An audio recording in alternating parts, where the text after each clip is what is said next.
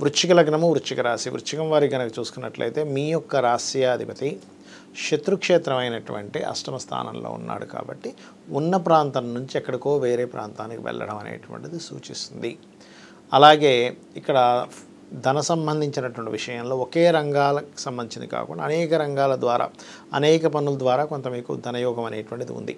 కొంతమంది చూడండి multiple talents ఉంటాయి, కొంతమందికి అటువంటివి ఉన్నాయి. ఇక్కడ మరొక విషయం ఏంటంటే ఇక్కడ 3వ అధిపతి 4వ స్థానంలో ఉంటూ మీకు అర్ధాష్టమ శని కూడా నడుస్తుంది. కావున కాస్త ఏదైనా ఈ కన్స్ట్రక్షన్ రిలేటెడ్ ఏదైనా ఒక చదువుకు సంబంధించిన విషయంలోని విద్యా సంబంధించిన వాటిల్లో ఏదైనా నిర్ణయం తీసుకునేటువంటి అంశాల్లోని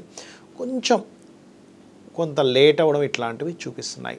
అయితే ఇక్కడ ఎప్పుడు కూడా వృశ్చిక లగ్నం లేదా వృశ్చిక రాశి వారికి అర్ధాష్టమ శని నడుస్తున్నప్పుడు రాజకీయ నాయకులకి చాలా మంచిది. సినిమా ఫీల్డ్ వాళ్ళకు కూడా పంచమ స్థానంలో శుక్రుడు సినిమా ఫీల్డ్కి రాహు కారకుడు అవుతున్నాడు కాబట్టి శుక్ర రాహువుల యొక్క కాంబినేషన్ ఏదైతే ఉందో సినిమా ఫీల్డ్లో ముందుకు వెళ్ళేటువంటి వారికి మంచి అనుకూలమైనటువంటి వాతావరణం సూచిస్తుంది.